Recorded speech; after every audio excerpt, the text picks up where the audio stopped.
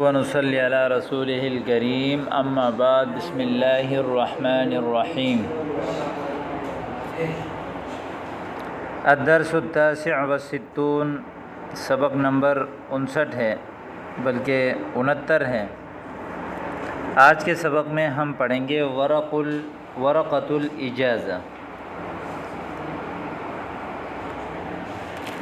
رخصت کی جو ہے درخواست، یعنی آپ رخصت لینے کے لیے اپنے اسکول میں اپنے مدرسے میں کوئی درخواست لکھتے ہیں تو وہ درخواست کس طرح لکھا جاتا ہے، ان سے کون سے جملے اور تعبیرات آپ استعمال کرتے ہیں، آج آپ اس سبق میں یہ پڑھیں گے۔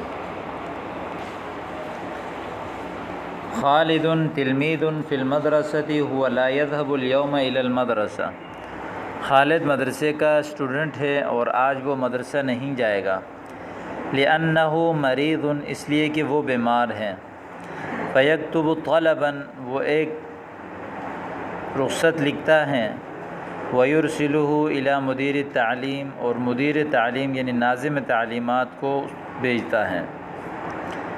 فیکتب طلبا یعنی ایک لیٹر یعنی رخصت درخواست وہ لکھتا ہے۔ ویرسلہ الی مدیر التعلیم، اور مدیر تعلیم کے پاس اس کو بھیجتا ہے۔ اب وہ درخواست کیا ہے؟ بسم اللہ الرحمن الرحیم۔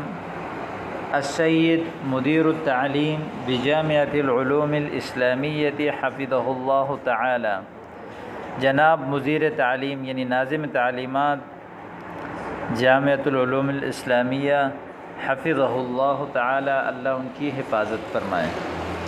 السلام علیکم ورحمۃ اللہ وبرکاتہ، سب سے پہلے آپ جن کی طرف بھیجیں ان کا تعارف کرواتے ہیں، یعنی اس کے بعد پھر سلام بھیجتے ہیں، اور اس کے بعد جو ہے وہ بنیادی جو بات ہے اس کو مختصر الفاظ میں لکھتے ہیں۔ لقد اصابنی علم شدید فی رأسی، اصاب یصیب، اصابہ کا معنی پہنچنا، اصابنی علم شدید یعنی مجھے بہت شدید تکلیف پہنچی، فی رأسی میرے سر میں، تو اس کو ہمارے اردو تعبیر میں بولتے ہیں کہ میرے سر میں بہت زیادہ شدید درد ہے۔ لقد اصابنی علم، علم جمع ہے آلام کی، علم کہتے ہیں درد کو، شدید سخت درد، فی رأسی میرے سر میں، ولا استطیع مع المرض الحضور الی المدرسہ، میں اس بیماری کے ساتھ مدرسے میں حاضر ہونے کی طاقت نہیں رکھ سکتا۔ ولا استطیع مع المرض، میں نہیں استطاعت رکھتا بیماری کے ساتھ، الحضور الی المدرسہ مدرسے میں حاضر ہونے کی۔ فالرجاء التکرم باعطاء اجازت یومین، فالرجاء امید کو کہتے ہیں، التکرم عزت، یعنی انتہائی امید اور عزت کے ساتھ آپ سے امید کی جاتی ہے کہ باعطاء کہ مجھے دے دیں، اعطا یعطی، اعطاء سے معنی ہے دینا، اجازت یومین 2 دن کی چھٹی۔ فالرجاء التکرم یعنی برائے مہربانی، جس کو ہم اردو میں بولتے ہیں نا تو اس کو عربی میں بولتے ہیں فالرجاء التکرم باعطاء اجازت یومین، کہ مجھے 2 دن کی چھٹی دے دیں۔ وسوف اطالع الدروس التي تفوتني ایام مرضی، اطالع، طالع یطالع، مطالعہ کہتے ہیں مطالعہ کرنا، دروس درس کی جمع سبق کو کہتے ہیں، میں ان دروس کا مطالعہ کروں گا۔ تفوتنی، فات یفوت اس کا معنی ہے رہ جانا، ایام مرضی بیماری کے ایام، یعنی ان دروس کا میں مطالعہ کروں گا جو بیماری کے ایام میں مجھ سے رہ جائیں گے۔ فتقبلوا منی غایت شکری، اور میری طرف سے انتہائی شکریہ کو قبول فرمائیں، ٹھیک ہے، میری طرف سے بڑی، یعنی جسے ہم اردو میں بولتے ہیں آپ کی عین نوازش ہوگی۔ والسلام مقدمہ یعنی پیش کرنے والا محمود، الطالب بالصف الاول، صف اول کا طالب علم ہے۔ آگے کچھ سوال ہیں۔ لماذا لم يحضر محمود فی الجامعہ، محمود جامع میں حاضر کیوں نہیں ہوا؟ لأنه مریض، اس لیے کہ وہ بیمار ہیں۔ هل ارسل طلبا، کیا اس نے درخواست بھیجی؟ نعم ارسل طلبا، جی ہاں اس نے درخواست بھیجی۔ الی من ارسل طلبا، درخواست کس کی طرف بھیجی؟ ارسل طلبا الی مدیر التعلیم درخواست مدیر تعلیم کی طرف بھیجی. ماذا اصابہ من المرض اس کو کیا بیماری پہنچی. اصابہ صداع اس کے سر میں درد ہے. هل قبل المدیر عذرہ کیا مدیر نے یعنی ناظم نے اس کے عذر کو قبول کیا.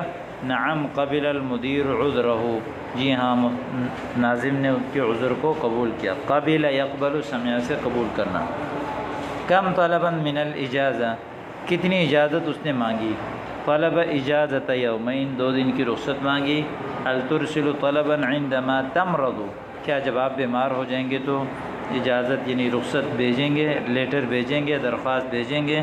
مرض یمرض اس کا معنی ہے بیمار ہو جانا. نعم ارسل طلبا عندما امرض جب میں بیمار ہو جاؤں گا تو میں درخواست بھیجوں گا. یہ تھے سوالات اور جوابات. آگے فرما رہے ہیں اکتب طلبا الی المدیر واطلب فیہ اجازت یوم لانک تذهب الی المطار لاستقبال الحج. مدیر کو ایک درخواست لکھیں. واطلب فیہ اجازت یوم 1 دن کی چھٹی مانگے ان سے. کیوں؟ لانک تذهب الی المطار آپ ایئرپورٹ جا رہے ہیں. لاستقبال الحجاج حجاج کرام کی استقبال کے لیے یعنی آپ کو حجاج کے استقبال کے لیے ایئرپورٹ جانا ہے. اس وجہ سے آپ مدرسے میں حاضر نہیں ہو سکتے اور جب اس طرح حاضر نہیں ہو سکتے تو اس کے لیے ایک درخواست لکھیں. اور وہ درخواست کس طرح لکھنا ہے ابھی آپ نے دیکھ لیا. قاعدہ طلب و درخواست لکھتے وقت مخاطب کے منصب کا ذکر کرنا ضروری ہوتا ہے. جیسے السید مدیر التعلیم, السید مدیر المدرسہ وغیرہ. بعد میں یہ جملہ دعائیہ لکھنا چاہیے جیسے حفظہ اللہ تعالی رعاکم اللہ یا اسی طرح جو مختلف الفاظ ہیں یا ادام ظلکم العالی. اس کے بعد اپنی کیفیت اور مطلب لکھا جائے اور اختصار سے کام لیا جائے. مخاطب اگر علمی شخصیت ہے تو ابتدا فضیلت الشیخ وغیرہ کلمات سے کی جائے.